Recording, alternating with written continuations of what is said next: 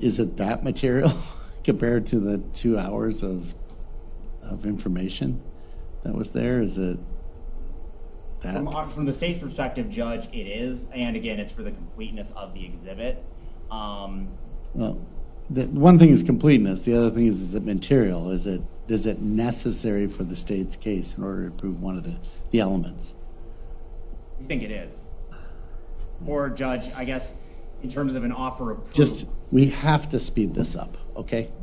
We cannot go into the weekend, and Monday is very difficult for me, for this court.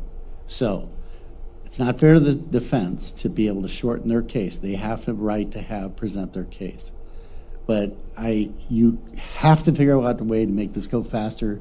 They're short in questioning. Figure out a way to get, you should have done this earlier.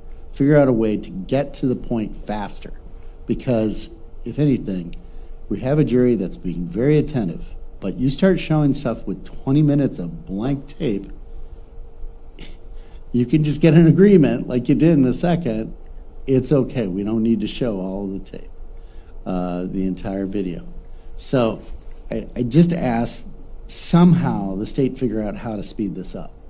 He told me it was going to be done actually midday today, I thought, if originally.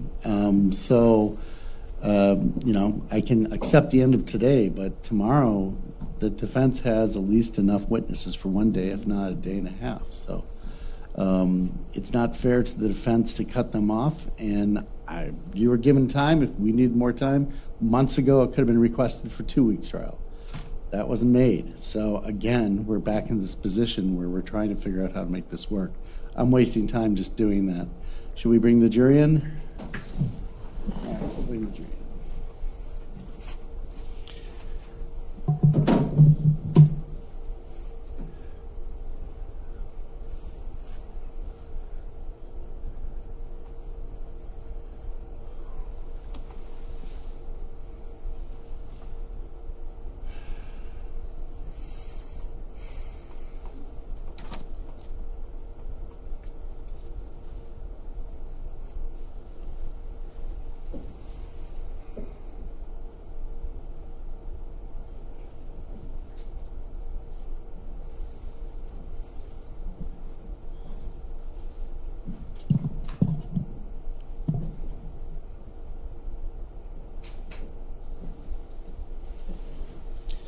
All right, everybody may be seated. Let's continue on within the question. Go ahead. So, Investigator Leinfelder, now that you have completed the interview, one question, I'm not asking you to comment on what we saw. Was Ms. Phillips more or less visibly emotional when you first interviewed her at her residence? Compared to when she was in the interview room at the Holmen Police Department, she was less visibly upset at the Holmen Police Department. There was some discussion about injuries. It looks like she showed you something in the beginning of the video. Did you yourself notice any injuries? I observed no injuries or markings on Ms. Phillips at that time when she was attempting to show that in the video. Is that the last time you spoke with Ms. Phillips? For that interview? Yes. Yes. So now that we've heard what we've heard, what is the next step in your investigation? What do you do? Typically in these scenarios, these investigations, we come together and kind of discuss, brainstorm of what was collected at the scene, what was information that we have. We kind of do a debrief on the totality of everything that has been gathered at that point. And then typically Captain Zimmerman would then assign other investigations, interviews and things like that to do. So we kind of went into the interview mode in that sense. There was also eventually some search warrants that were written and search warrants that were executed on different items throughout the course of the investigation. Were you aware of an autopsy being done? Yes, I was. Do you know what date that was? I believe it was on Tuesday, would have been the 27th. So following this incident? Yes. Our interview, I mean, and incident, but. But following this interview? Yes, following, after. The autopsy was conducted after the interview was conducted. So were you aware of you were not aware of the results of the autopsy when you conducted this interview, is that correct? That's correct. At the time of the interview, we had no idea of what the cause or manner of death was. You had mentioned, I guess, search warrants. Did you, for what exactly? Or I guess, what was the follow-up there? What was the lead? Well, they had the Blink camera system, their home security camera system, that we ended up doing a search warrant on that to retrieve any information that might be on that. We did do a search warrant on phones. I'm trying to think I can't think of any other search warrants right off the top of my head. Was there a search warrant for the truck? Yes, there was a search warrant for the truck. Did that include the interior of the truck? It did. I guess, did you personally execute that warrant? Yes, myself and Captain Zimmerman were the two officers that were there when the crime lab came to do the forensic examination and evidence collection from the truck. Did you ever find the diamond earring that was referenced? No, did not. Are you aware of anyone in your office department or anything like that finding said earring? No. Based on your understanding of, I guess, your office procedure, that kind of thing, is that the kind of thing that if it were found, it would have been reported to somebody? Typically do a search warrant. Items that are seized are documented. So obviously if there's nothing seized, then there would be no documentation for it. When you do execute a search warrant, whether it be for, say, drugs, you would seize drugs at the scene. We'd then do basically attach everything that was seized during that search warrant to the search warrant, and that would be filed. So if something's not seized, it's not going to be included on a evidence return. Did you do follow-up interview with witnesses? Yes, I did. And was that based on the information, I guess, that you learned from the interview? Yes, based on information from the interview, based on talking with other people, receiving other information regarding the case, we then do follow-up interviews. Did you speak with Adam Stevens? I did, yes. Did you speak with Hannah Klinsky? Yes, I did. About how, I guess, when did you do that? I believe that would have been Monday, the 26th, at one of the residents in Winona. That would have been after the interview of Ms. Phillips prior to the autopsy. I am not asking about her statements, but did Ms. Klinsky, throughout the course of your interview, show you anything or give you anything? Yes, she shared with me some of the text messages that she had on her phone between Ms. Phillips and herself from that evening, the evening in question, the 22nd to the 23rd. Did you do anything to, I guess, memorialize or capture those messages that you just referenced?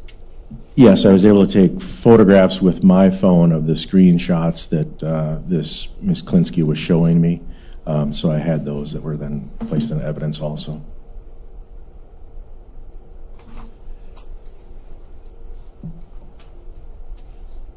Can I see that?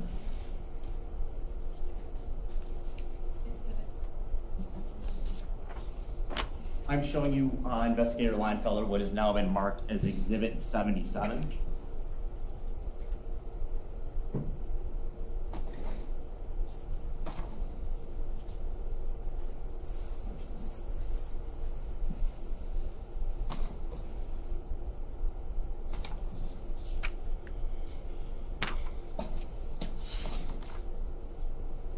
Are you able to identify those?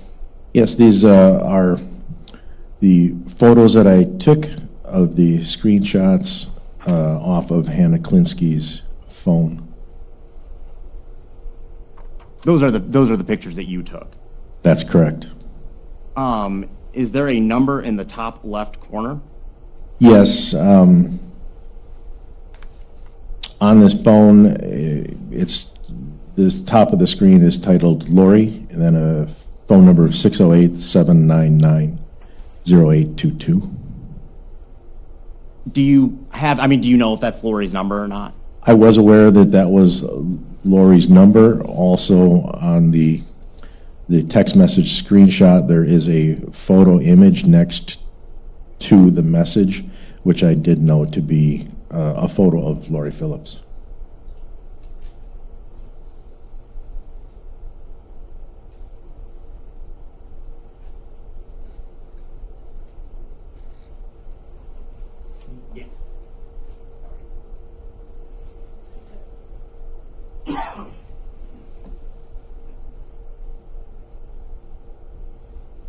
I'm handing you what's been marked as Exhibit 78. You identify that? This is a picture of the screenshot that I took with my phone of Hannah Klinsky's phone. It's the top portion of Miss Klinsky's phone. Again, it says, has the title of Lori, the phone number, and then the photo with text messages next to it. Is that a zoomed in picture of the exhibit that I had previously shown you, or part of that exhibit? It is a zoomed in image of one of the priors. Is there a timestamp that shows when it was received? It being the text. The text on this would be 10:07 p.m. Can you read the message? The message that came from Miss Phillips to Hannah Klinsky's phone reads, "Shit just got real," followed by, "I'm deleting this message, don't reply back." Then that is a timestamp of 10:07 p.m. I asked that both exhibits be received into the record. Although actually, Your Honor, I asked that the secondary exhibit, the one we just talked about, I believe is 78, be received into the record. I move 77 as well, Your Honor. Yeah, both be received.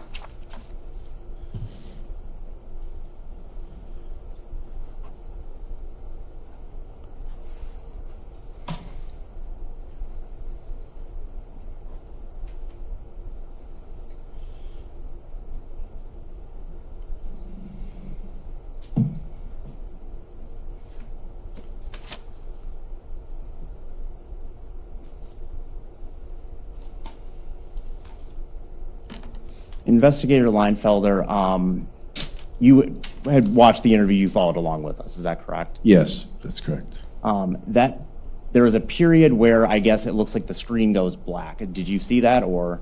Yes, I did. And do you remember the times you had talked about? Yes, I noted that it went blank. The timestamp on the video screen was approximately 10:39. I'm not sure of the exact seconds on it. When the image returned, it had a timestamp of 10:41. Again, not exactly sure what the seconds were attached to that also.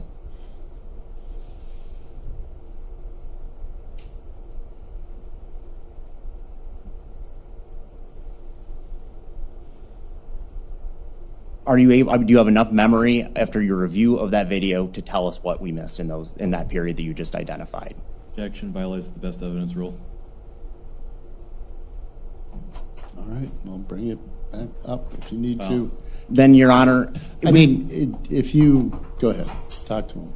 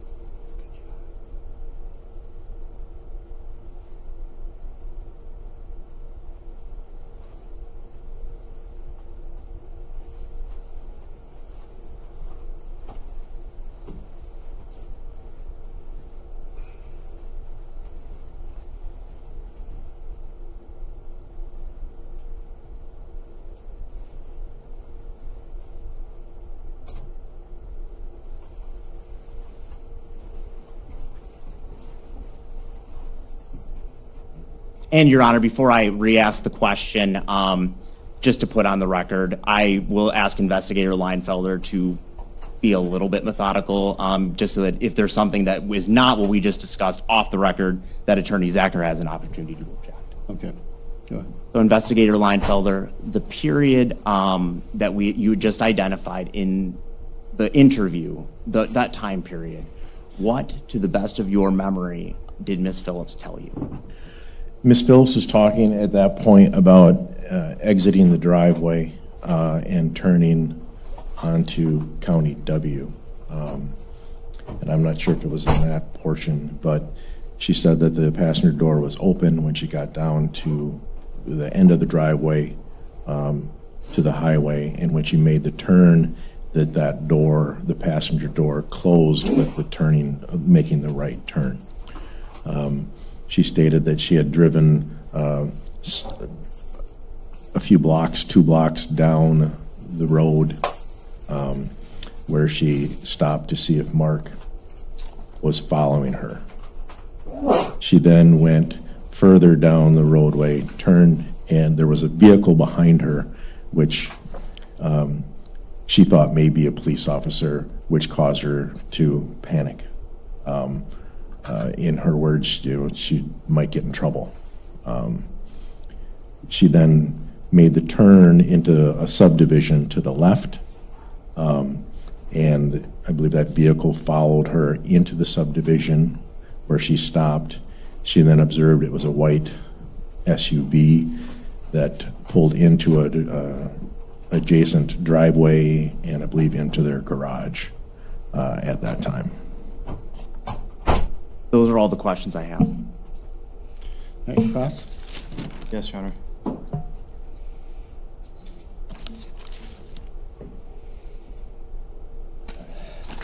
Keep working on it. I've got a few.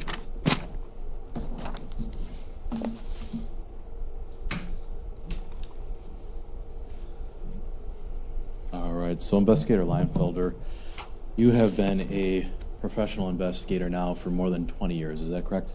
That is correct. And you've been in law enforcement for more than 30 years. Is that correct? That is also correct. And in that capacity, I imagine you've conducted hundreds, if not thousands, of investigations. I would say that would be fair. So you're very well familiar with the process of conducting a good investigation. Is that fair? Yes. And a basic part of conducting an investigation is gathering all of the relevant facts, right? That would be part of it, yes. Because it's the facts and the collection of the relevant facts that allow you to solve or close a case, right? Yes. It's the facts that are relied upon by judges and juries when a case is brought to trial, correct? Yes. And it's the facts that can truly determine whether or not somebody is culpable of a crime, correct? That would be accurate. More importantly, the facts can also help to exonerate people who are not culpable of crimes. Is that correct? Also accurate. In your line of work, would you agree that it's important to avoid making assumptions? Yes. Because things aren't always what they seem to be, right? Absolutely. And if you make an assumption, sometimes you might miss out on important evidence. Yes. And making assumptions can cause, in certain cases, targeting of somebody who's not culpable of a crime, right? I would agree with that. And can cause truly guilty parties to not be targeted, correct? You could say that also. All right. Would you agree that in criminal investigations that all investigations should be thorough? Yes. That the facts that you rely upon and gather should be accurate? Yes. And to the extent that there are unanswered questions, your investigation should be complete? Yes. And you agree, Investigator Leinfelder, that no investigator can tell us, well, that you cannot tell us exactly what happened simply by looking at the scene at the Phillips home, correct? I think you can't tell that by looking at any scene. That's accurate. So let's talk about your arrival at the home. You arrived at about 7 a.m. or so? Yes. So that's about half an hour after the 911 call? I believe so. And during that time frame, Ms. Phillips appeared to be very upset. Is that correct?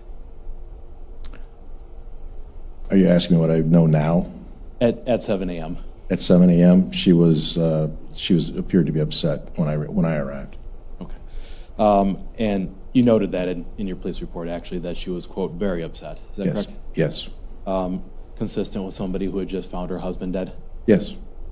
And she gave you some information initially about her husband, Mark, right? Yes, she gave me information about Mark. Told you that he was diabetic, right? Yes. Told you the name and contact information for his son. Yes. Told you that his parents were summering in Arizona at the time. Yes. And the two of you actually had a conversation inside of Ms. Phillips' home at some point. Is that correct? Yes, that's also correct. You were sitting at her kitchen table? It was in the kitchen area. If I was sitting at the kitchen table, I don't recall, but it was in the house. And I should ask you, in the video, Investigator Leinfelder, there's a reference to about how well Ms. Phillips and the two of you knew each other. Did you know Ms. Phillips socially at all before this point? No, I didn't. Did you know of her? Not really. Had you ever spoken with Ms. Phillips before? Not that I ever recall. And at this conversation at the kitchen table, about how far away were you from one another?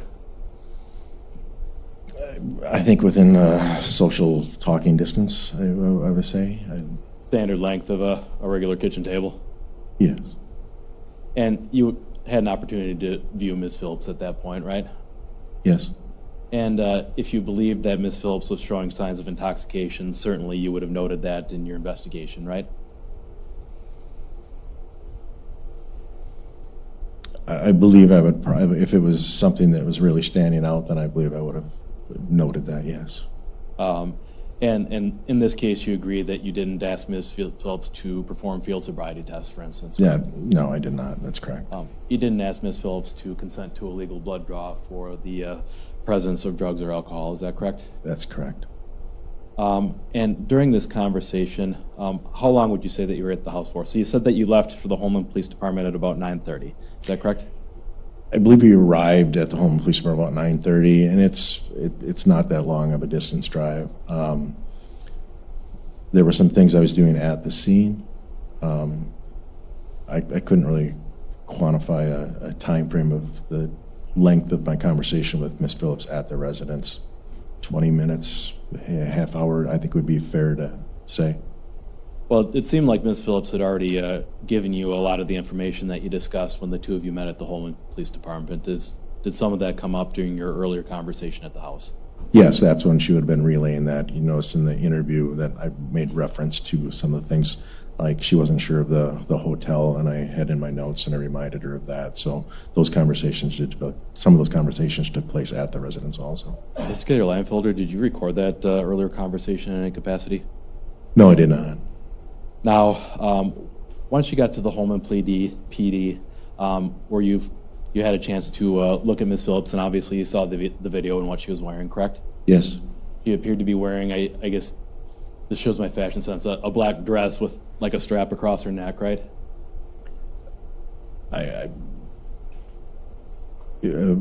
She appeared, to me, she appeared she had a vest on with maybe a scarf. Is that what you're referring to? It appeared to be the same clothing that Ms. Phillips was viewed wearing earlier in the evening when you reviewed video surveillance footage of she and Mr. Phillips on February 22nd.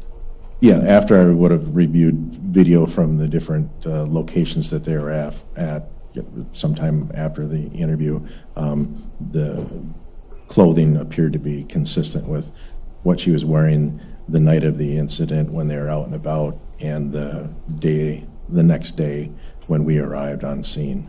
She was wearing it, very consistent, if not identical, too. Appeared to be the same clothing, right? Absolutely, yes. All right. So at the very beginning of this interview, you told Ms. Phillips that you didn't expect her to remember everything. Is that correct? Yes, and that's what I tell most people. And you said that recognizing that she'd just been through a very recent trauma, right? She found her husband dead in the driveway, so yes. And you wouldn't expect a suspect, or a subject rather, in that circumstance to give you every single minute detail in the first conversation. Is that fair to say?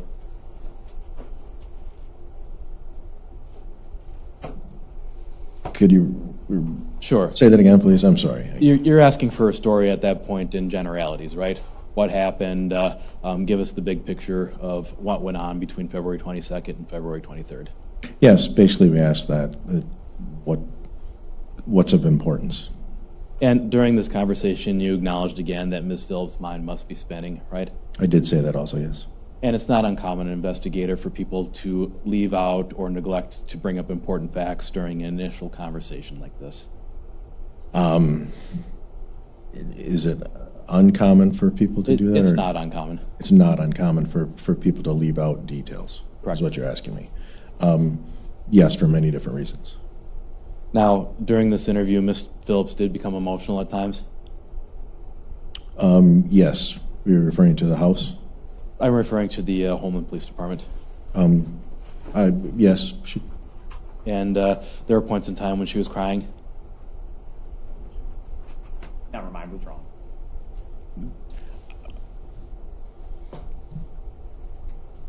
I don't know if I can say after watching the video that I observed her crying. She was kind of maybe sobbing and saying things under her breath.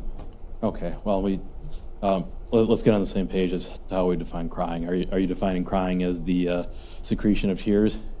I would say that more along those lines of tears coming down, nose running. All right.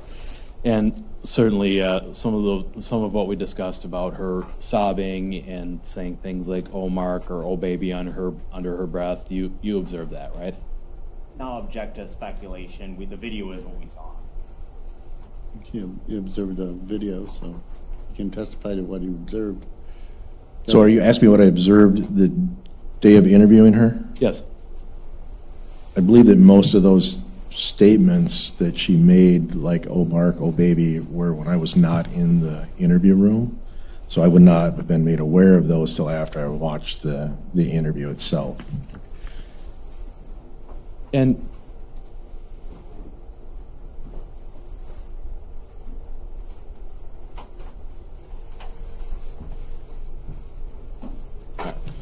we'll get to that in a moment. During the interview at the Holmen Police Department, Lori described at a number of different occasions that Mark had become aggressive with her on February 22nd. Is that correct? Yes. And she indicated to you that Mark had battered her to the point that an earring had been ripped out of her ear. Is that correct? Yes. And did you personally inventory the Dodge Ram investigator? Was that Captain Zimmerman or was that somebody else? I don't remember exactly who would have done the inventory. Like I explained, the inventories are things that are taken from a search warrant that would be an inventory. Okay. So if you're referring to the earring, if there's not an earring that was found, obviously it would not be Sure. Well, record. I'm asking who actually searched the vehicle and looked for the earring, if not all the other property within it. I believe Captain Zimmerman and myself did the interior of the vehicle after the crime lab would have been completed with their search of the exterior of the vehicle. And approximately how long did you spend searching the interior of the vehicle? I can tell you the search warrant was opened at 9:27 a.m. and the search warrant was closed at 2 p.m. Typically on every search warrant you have an entry time that we enter on the search warrant, and then we have a closing of the search warrant, meaning we're done searching, and that is documented on the backside of the search warrant. So from 9:30 to 2, again, that was to include what the crime lab was doing, and then what we would be completing the search warrant, which would have included looking through the cab. That would also include transferring the truck from the Crosse County Sheriff's Department garage to D's Auto Care?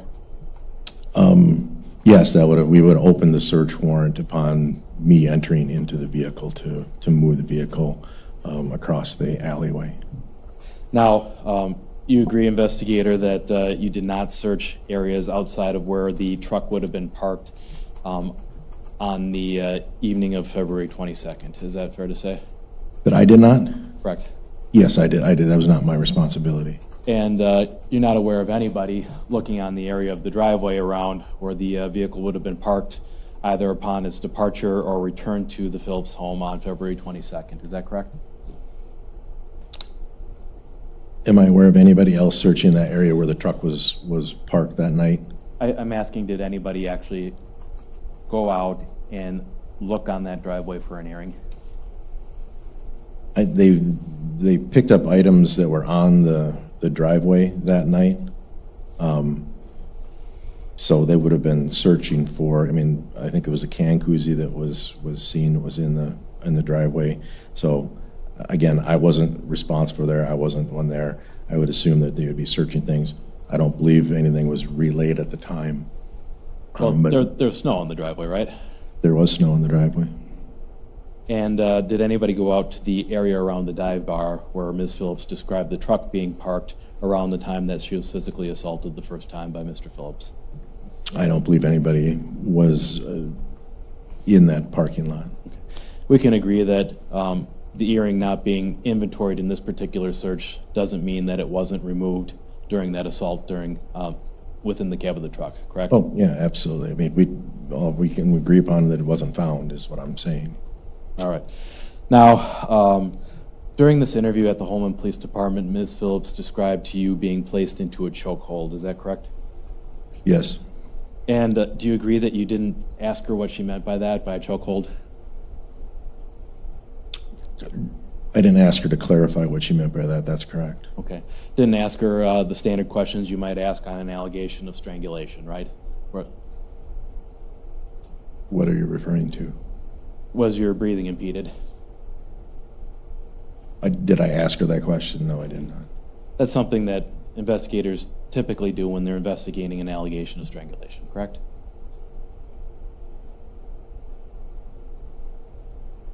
You could say that, yes. And Ms. Phillips, you testified on your direct examination that you didn't see any injuries or markings on Ms. Phillips. Did I hear that correctly? Yes, that's accurate.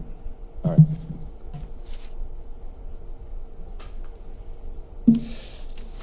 Can the exhibit marks, please? A couple of them, actually.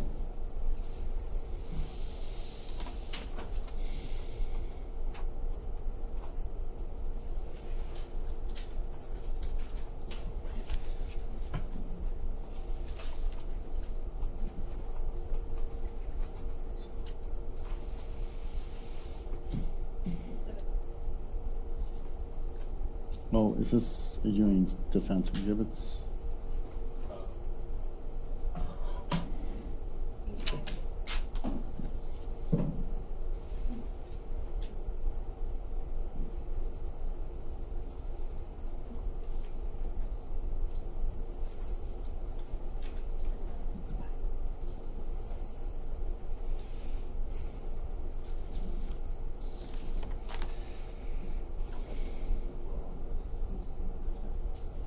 Right. Investigator, you wrote a police report following your initial investigation in this matter, Yes. and the purpose of a police report is to include all of the relevant details that you're able to recall about an encounter, correct? Yes. And you agree that police reports should also be thorough, accurate, and complete, like the remainder of your investigation? Typically, we try to make sure that our reports are all of those things. And you're writing these reports when the events are relatively fresh in your mind, right? Yes. And these reports are actually submitted for your review before they're finalized, is that correct? Yes. And you carefully review all of your reports before finalizing them. I try to, yes.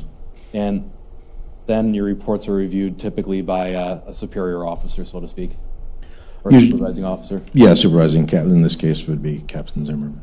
And if there's a problem with your report, they can have you issue an amendment or an addendum of some sort, correct? Yes.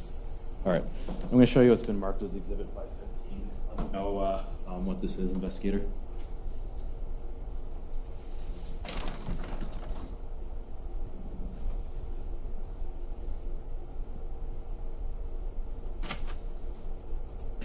This is the initial report that I prepared of my interview of Lori Phillips. Does that appear to be a complete and authentic copy of your initial report of your interview with Ms. Phillips? I would say yes. All right, and I've highlighted a section on, I believe, page 2 of that report. Let me know when you're there. I am there. In your report, Investigator Leinfelder, did you reference asking Ms. Phillips about a bruise on her chest?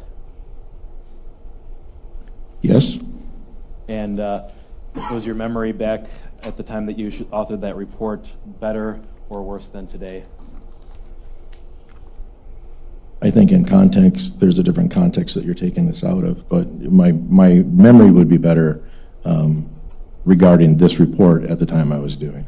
Okay. Well, you do note asking Ms. Phillips about a bruise in your police report, correct? Yes, Ms. Phillips asked me, or told me that there was a bruise, and I was asking her about the bruise. Okay. Do you recall testifying at the preliminary hearing in this matter? Yes. And your testimony at that hearing was under oath as well, correct? Yes. Same oath that you've taken before testifying in this matter? Absolutely. And you take your oath to tell the truth seriously, correct? Yes, to best of our knowledge. You were telling the truth at the preliminary hearing when you testified, right? Yes. All right, I'm going to approach with Exhibit 516. It's a copy of the certified transcript of the preliminary hearing, page 43. Mr. Burdick, would you want to come up? No, I'm grabbing my binders.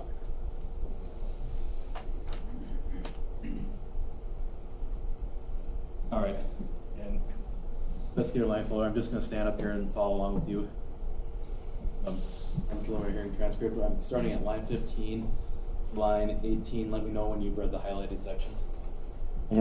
I have. All right. And it appears that back at the preliminary hearing, I asked you a question, quote, when you spoke with Ms. Phillips, you were able to observe a bruise on her upper right, I guess, chest area, end quote. Do you recall me asking you that question? I don't recall you asking that question. Does that appear in the to be what transfer? the certified transcript says? Yes.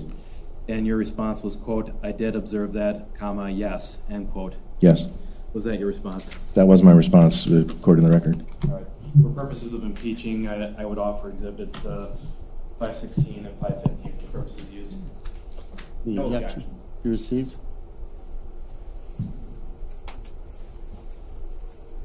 All right. So Lori described an incident that happened very quickly. Is that fair to say? Yes.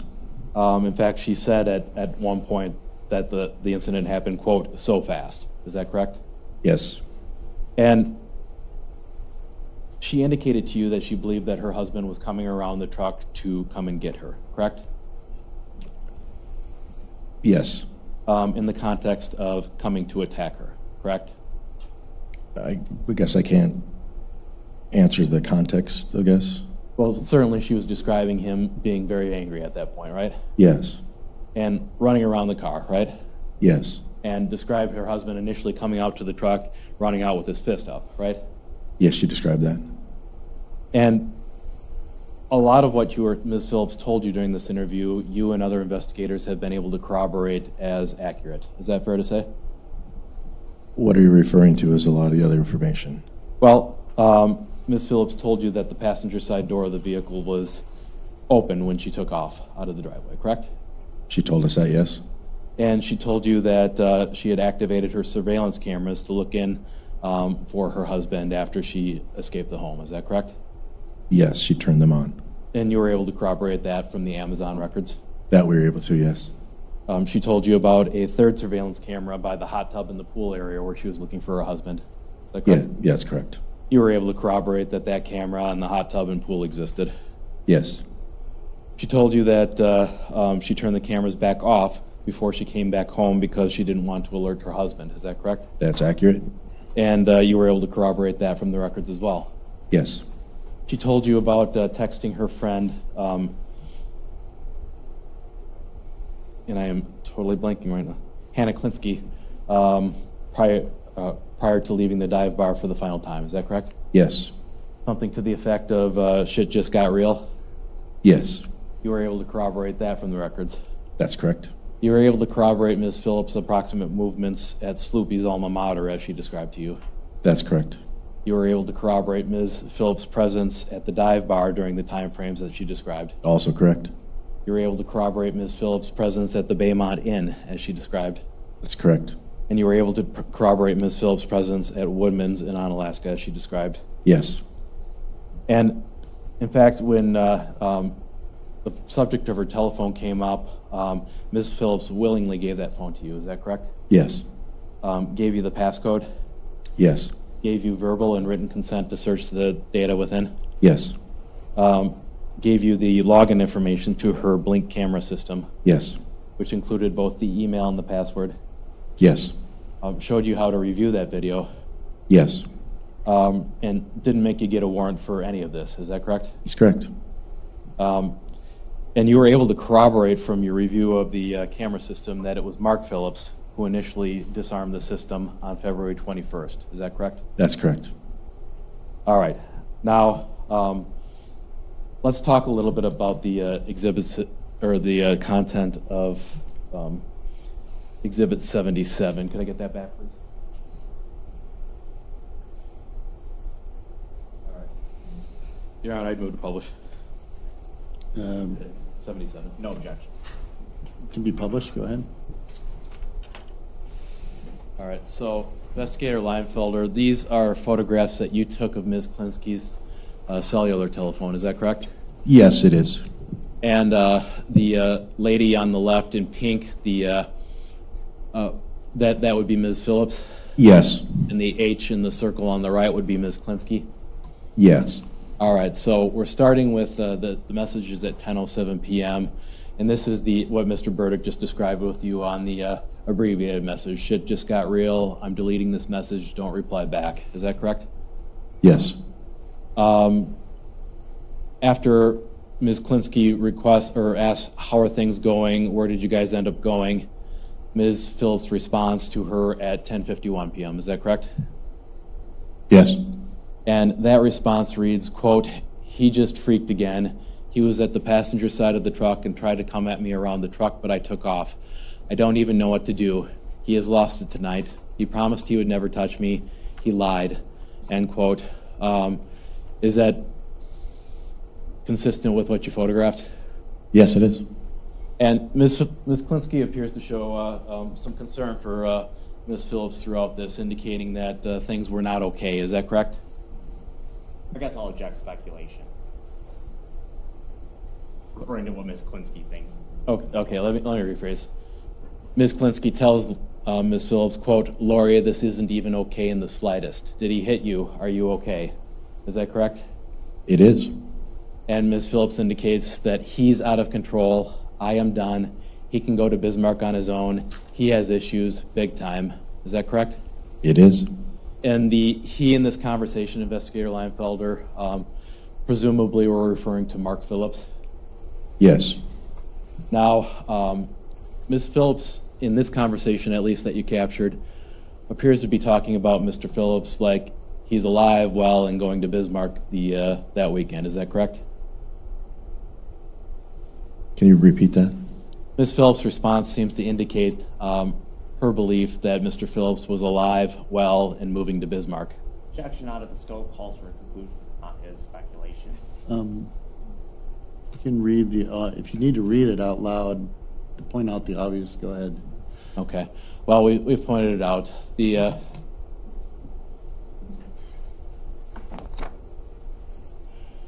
Going on to page 2 of Exhibit 77.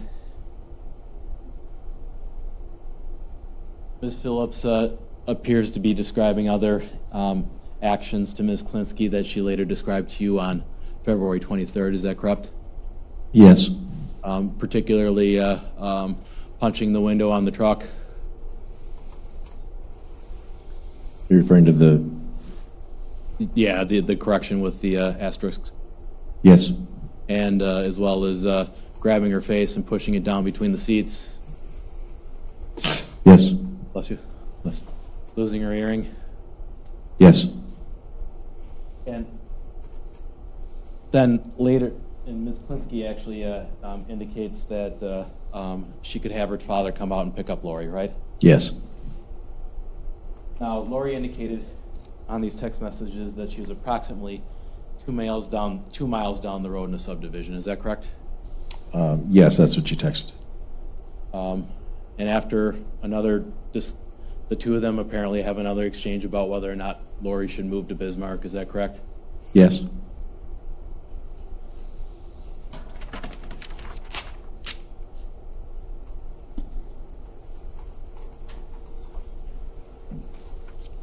Ms. Phillips, during these text messages, describes her attempt to book a hotel room and inadvertently booking a hotel room on the wrong evening?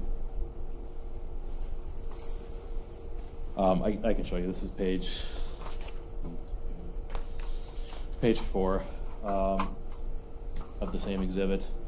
Yes, that's accurate.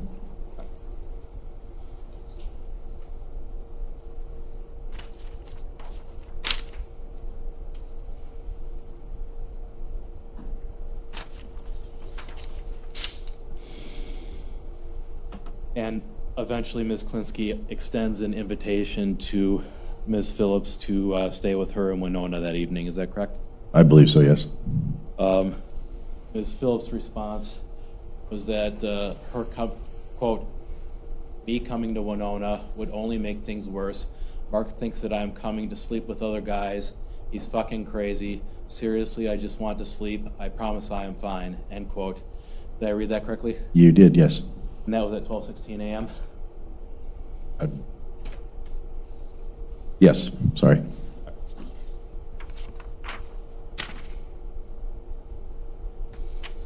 All right. Now, you reviewed the data that Investigator Haug completed from the Cellbrite download at some point after February 23rd. Is that correct? It wasn't my task to be in charge of the cell phone data from that. I was made aware of things that were in the cell phone data, but again, it wasn't my responsibility in the investigation. Okay. Well, you were aware of the fact that Ms. Phillips was searching for hotels, as she indicated. Is that correct? Yes. Including a specific search for the Baymont Inn? Yes. And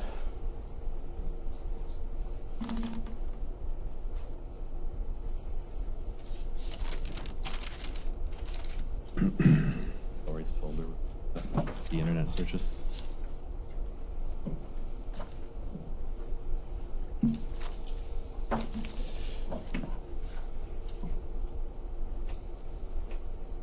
And the internet searches for me. One of the terms that she searched for was physical abuse. Is that correct? Yes. Followed by it was misspelled, but it was physical abuse, quite, Quite. I believe that. Yeah, I believe that's accurate. And eventually, Ms. Phillips sent a text message to her husband, Mark, with something that appeared to be copied and pasted pursuant to this search. Is that correct? Yes.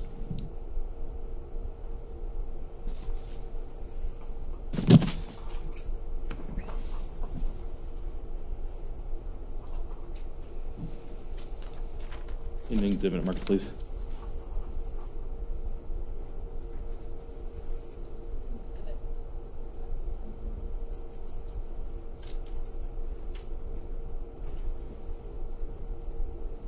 All right. Investigator Leinfelder, I'm approaching what's been marked as Exhibit 517. Direct your attention to the two conversations in the middle. Here? That one and the one below it. These two? Are you familiar with those conversations? Yes, I have seen them. And those appear to be copies of the or text messages that Ms. Phillips sent to Mark Phillips? Yes. All right. Can I get the exhibit back, please? Sure. Offer Exhibit 517. No objection. Received. Move to publish. Any Also objection? no objection. You're allowed? All right. So, first question, investigator. UTC stands for Universal Time Coordinated. Yes, that's correct. And not a name for that might be Greenwich Mean Time. I believe so. And in order to convert UTC time to Central Standard Time, we subtract 6 hours, correct? I believe that's the correct time or the number of hours. So on the top message there, subtracting 6 hours from 4:57 a.m. and 52 seconds would put us at 10:57 p.m. and 52 seconds. Is that correct? Yes. And I'm going to read this out loud, and let me know if I'm reading this correctly. Quote, I wish you the best, but the best will never be with me. You lost everything tonight because you let your mind get the best of you. I cannot even believe you put your hands on me. Good luck in Bismarck, end quote. Did I read that correctly? Yes, you read that correctly. That appears to be sent from Ms. Phillips's telephone with the last four numbers of 0822, Yes. and it appears to be received by Mr. Phillips's telephone labeled on this document as Boss Man. Yes. That's followed up by what I was getting to earlier, a second text message following Ms. Phillips's Google search for physical abuse and physical abuse quit. Is that correct? Yes. And I'm going to read this one out loud as well, Investigator Leinfelder. Let me know if I'm reading this correctly. Quote, an abuser can seem emotionally needy. You can get caught in a trap of catering to him, trying to fill a bottomless pit. But he's not so much needy as entitled, so no matter how much you give him, it will never be enough. He'll just keep coming up with more demands because he believes his needs are your responsibility until you feel drained down to nothing, end quote. You read that correctly. And I'm going to scoot this up on the Elmo here. It looks like the UTC time is 6:10 and 13 seconds. Subtracting 6 hours would put this at midnight, 13 minutes, or 10 minutes and 13 seconds. Is that correct? Yes. And that appeared to have been sent from Ms. Phillips' phone to Mr. Phillips' phone at that time? Yes.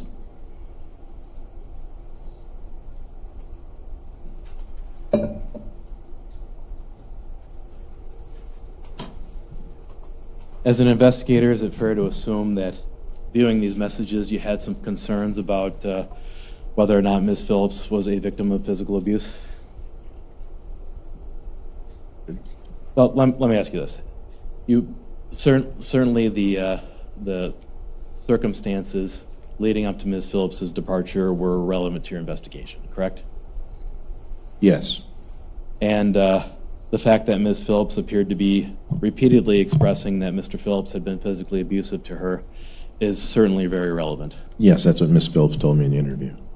And, investigator, am I correct in assuming that you did not take these text messages back to Ms. Phillips and ask her to elaborate on the degree and extent of domestic violence that happened on the 22nd? Did these text messages go back to Ms. Phillips? Did you take these text messages back to Ms. Phillips No, and I ask didn't. her about them? No, I did not. Now, of the Cellbrite documents contained on, or that you were able to review, can we agree that there's nothing of the sort in Ms. Phillips's Google searches for how to cover up a hit and run, for instance? Yes, there was no searches regarding that. No searches like Wisconsin recklessness law or I just hit my husband, what do I do? None of those searches were done on the phone. The only searches appeared to be for a hotel and for physical abuse, correct? In that time frame, yes. Yes. Yeah, she's Yes. searching for dogs and apartments and other stuff elsewhere. So,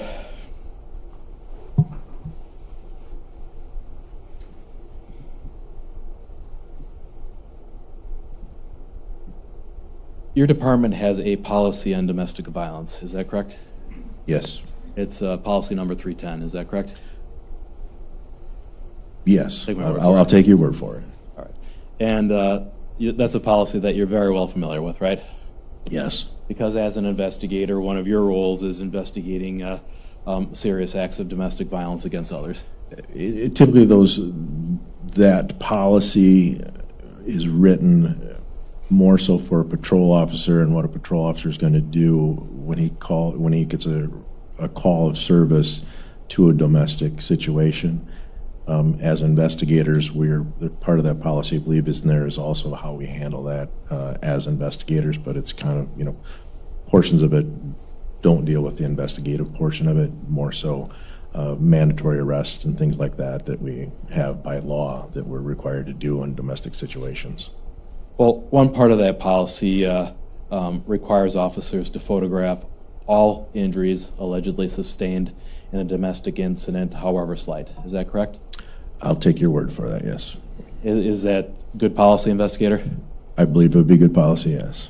You agree that after observing the bruise on Ms. Phillips' chest from the domestic incident on February 22nd, you did not photograph it? I did take no photographs of Ms. Phillips.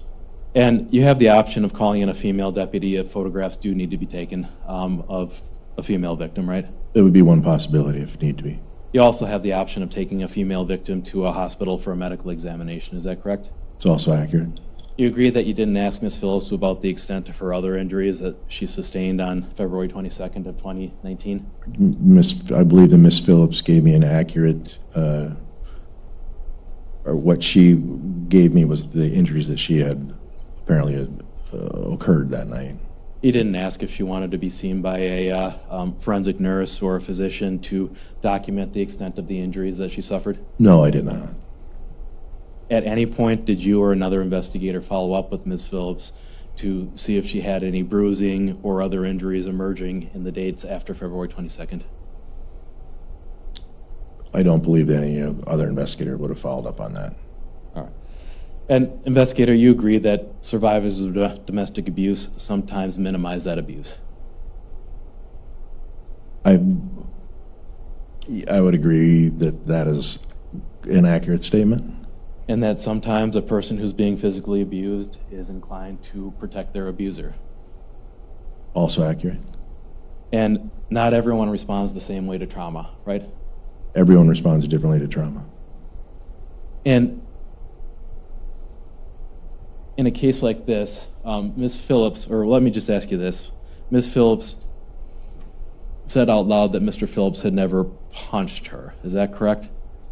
Yes. Am I also correct in assuming that you didn't follow up with Ms. Phillips and ask, what else did he do other than punching you? Did I ask Ms. Phillips, when she said that he didn't punch her, did I follow up with did he do anything else? Yeah, did you follow up to see whether or not her definition of domestic abuse was, punching in the traditional sense? No, I guess I'm kind of Sure. Let me back up. Different people can define domestic abuse different ways, right? Sure. Yes, I'm accurate.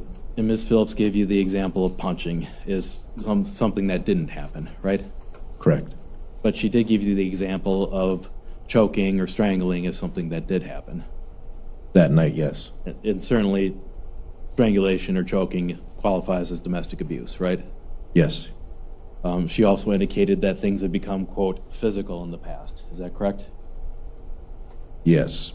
And you agree that you didn't follow up with Ms. Phillips to determine what she meant when she said that things had become physical in the past? I believe Ms. Phillips told me that he never punched her before or hit her before. Okay, but I'm asking, when she said things had become physical, you're agreeing that you didn't say, well, what do you mean by physical? Yes, I didn't. I guess I didn't ask that question. And you didn't ask her how frequently the physical acts of abuse occurred? I think she stated that there has been other physical. I didn't ask her specifically how often it occurred. Was that your question? Correct. Yes, I didn't ask her how often it would have, that type of incident would have occurred with them. All right.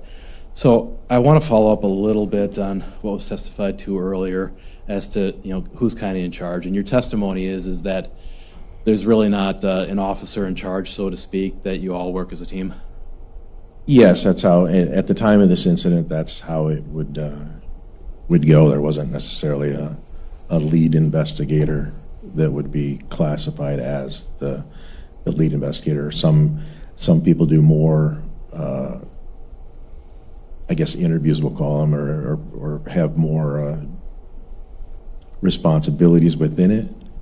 But we typically would answer to the head of our department, which would be the captain, who would then be giving direction in one way or another. I believe that I would have done probably more interviews and things involving this case than other investigators, but I guess if you're asking to the definition of the lead investigator, I don't think that at that time that's not how things were conducted with the sheriff's office. If somebody was ultimately responsible for what happens in an investigation, in this case, would that have been Captain Zimmerman? I don't know if I'd say if there was ultimate responsibility in that sense, but I think that again, we're working together as a team. Decisions are made. Sometimes there's decisions made outside the presence of the captain that would then be debriefed back to the captain of what would have been when found, or say I'm doing an interview, And in that interview, that person would give me another name to follow up on, and I would go follow up on that and then report back to Captain Zimmerman. So it wouldn't be so. I guess you're trying to point blame on. Did you have regular meetings to coordinate what each of you were doing in the course of this investigation? I would say we had daily conversations regarding this, which we did with most of the cases at that time frame.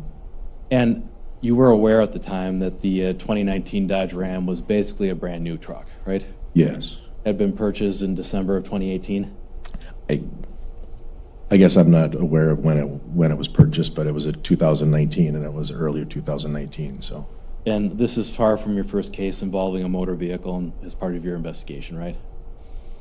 Yeah, I would say it's not my first case involving a motor vehicle. And you're aware that newer model vehicles like the 2019 Dodge Ram commonly have devices to record pertinent vehicle data prior or during operation? Yes, that's correct. And you're actually able to download that data from vehicles to give you clues as to how a vehicle was operated. Is that correct? Could be more specific than that. Meaning that, were you aware that Captain Zimmerman was in touch with Wisconsin State Trooper Marquardt of the Accident Reconstruction Unit? Yes. And that he and Trooper Marquardt had discussed downloading all of the electronic vehicle data from the 2019 Dodge Ram? Yes, I was aware of that conversation. And you knew that the State Patrol, the Accident Reconstruction Specialists anyways, have the devices that they can download this vehicle data to use in an investigation? Yes. And all you need is either a consent or a search warrant to obtain that data. Is that correct? That is correct. And in this case, you're aware that Captain Zimmerman was looking at this data as potentially helpful for a number of different reasons, right? Yes.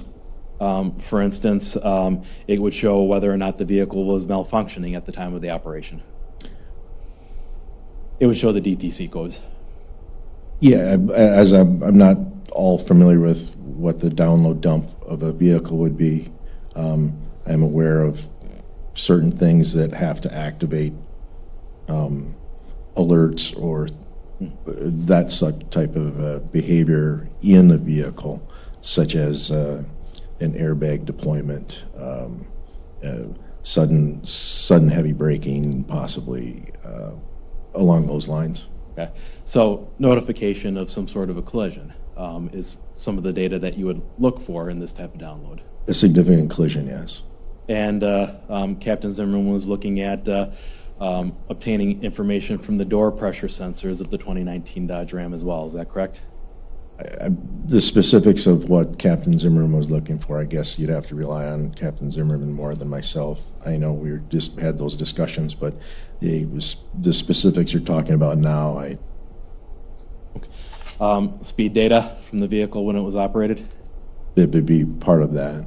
Certainly very relevant to determining what happened, right? It could be, yes. Acceleration input? If the sensors are able to read that, yes. Steering input? If the sensors are able to read that, yes. Hazard identification systems? If the sensors were alerted to that, that would probably be a record. And were you aware that Captain Zimmerman was explicitly advised by Trooper Marquardt that the Ram was equipped with a forward collision warning status lamp? I don't know exactly what Officer Marquardt specifically said to Captain Zimmerman at this point. Okay. Well, investigator, you actually obtained a search warrant from Judge Horn, I believe, to search this vehicle on March 19th of 2019. Is that correct? That's correct. Part of that search warrant was a request to download the data from this truck. Is that correct? I believe so. And certainly you or Captain Zimmerman knew how to get in touch with Trooper Marquardt or another member of the Accident Reconstruction Unit to download this data, correct? Did we know how to get in touch with Officer Marquardt, Trooper Marquardt? Yes. Yes, we did. You agree that at no point was the vehicle data from that Dodge Ram downloaded? Yes. The Dodge Ram was also equipped with a specialty telematics system, is that correct? I'm not exactly sure what that is. So you're aware that Captain Zimmerman was speaking with members of the Dane County or the City of Madison Police Department to do a download on this specialty telematics system? I'm not I don't recall that. You'd have to ask Captain Zimmerman that. Do you know what a telematic system is? I don't. Okay. You're familiar with like the flat screen integrated navigation music systems that people have in, Yes. not my car, but nice cars? Yeah. Yes. Okay. And those can track routes like a vehicle's navigation, right? Yes, they can. It can show communications data if it's linked to a Bluetooth cell phone, right? I believe so. Yes. And that could also be relevant to determining what happened here. Is that correct? Objection calls for legal. Sustain. You had a warrant your warrant authorized you to download the telematics data as well. Is that correct? I believe that was part of it. And you agree that the telematics data was never downloaded from this truck? As I answered before, it's correct. And that truck to this day is still in the possession of the La Crosse County Sheriff's Department? Yes. Investigator Leinfelder, is this something that just slipped through the cracks when Captain Zimmerman retired? No, I believe that Trooper Marquardt gave a response to Captain Zimmerman, as I recall, stating that it has to be some type of a significant event for the computer system to register anything, such as a collision or anything else that would be attached to the computer program system when you're downloading. So, okay, and if you heard that from Captain Zimmerman, or you had that in a document somewhere? I believe Captain Zimmerman responded about Trooper Marquardt's comments regarding things that can be made aware or made relevant to our investigation if we were to do a computer download. And were you privy to any of the communications between Captain Zimmerman and Trooper Marquardt about this issue? Again, I'm not privy with exact emails. You know, there was discussions that had been had, and to my recollection, that's what I was remembering that was stated by Trooper Marquardt. And if Trooper Marquardt had indicated to Captain Zimmerman that he recommended a vehicle download and would be happy to do it, is that consistent with your recollection of the process of investigating this vehicle data? I'm not aware of that.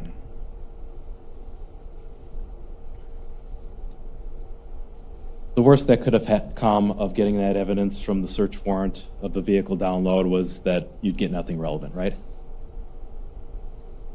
There's no downside to obtaining more information, in other words. Correct.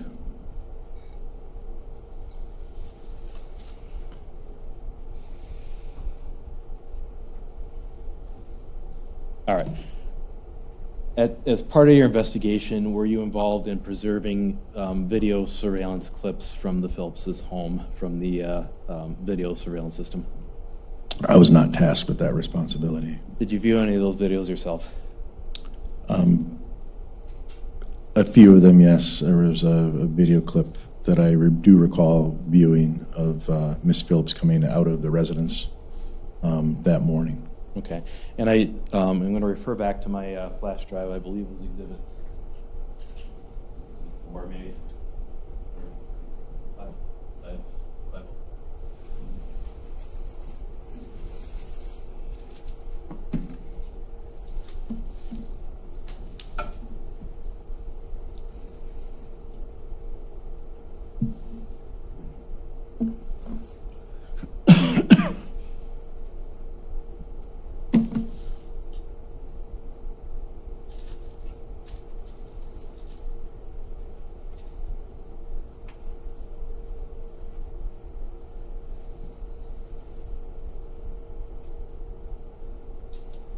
I'll let you know when I'm ready. Just give me a second.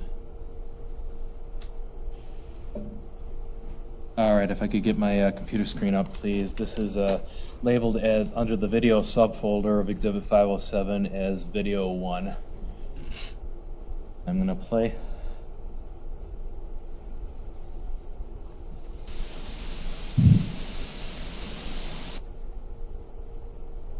Okay, it appears we're all experiencing problems today. Let me try this one more time.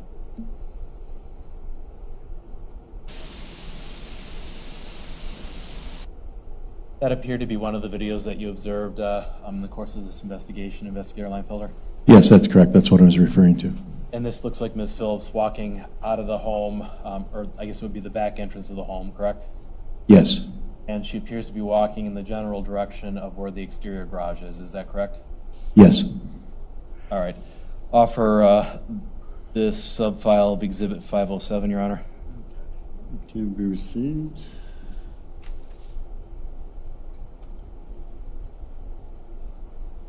All right. I've got, this is titled Video 2 in the same sub-file. I'm going to play that for you, investigator.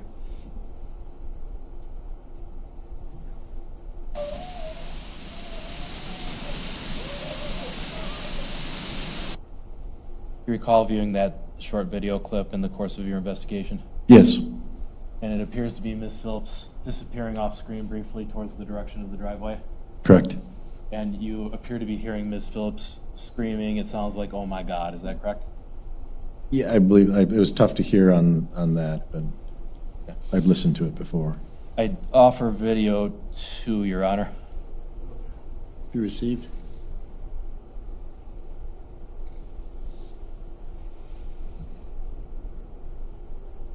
All right. I've got what's been labeled as video 3 in the same subfolder. I'm going to play that.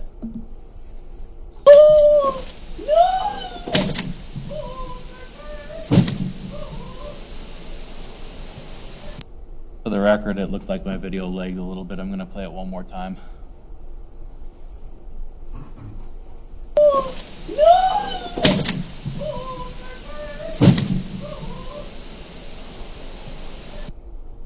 Have you seen video 3 in the course of your investigation? Yes. And that appears to be Ms. Phillips running back up to the house from the direction of the driveway? Yeah, you had a glitch in your video, but yeah, I would agree with it. That's what it, had it not glitched, that's what it would be presenting. And she appears to be screaming and crying during that run up through. She does. And then she enters the house? Yes. And it appears that she continues to scream and cry even after she's inside of the house? We could try it one more time. Go. Yeah, I guess the worked. glitch was kind of. I'm not. I'm gonna try it one more time. Playing.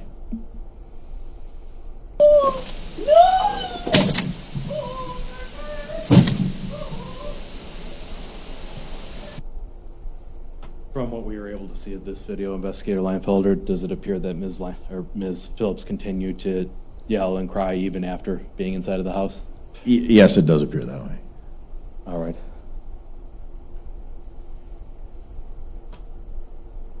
And obviously that's a reaction consistent with somebody who's just found their husband dead? Consistent with yes.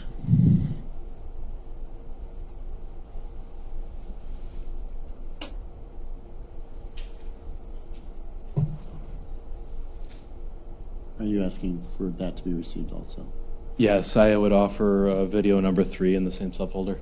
The objection. Your Honor, no objection. To the extent that it's being offered, why it's being offered, I would request we maybe have a sidebar because based on the glitch afterwards and out of the presence of the jury. But no objection to what's been done. Okay. We'll clarify it later. Okay.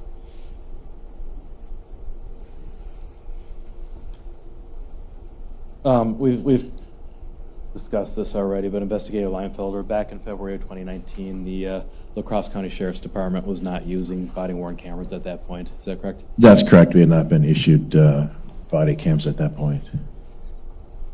Correct to assume that your initial interactions with Ms. Phillips inside of her home were not recorded in any respect then? That's also correct.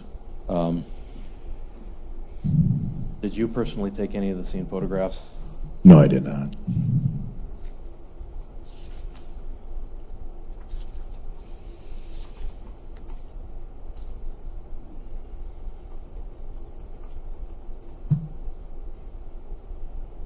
I'm going to cover a little bit of what I cover with Sergeant Valencia with you as well.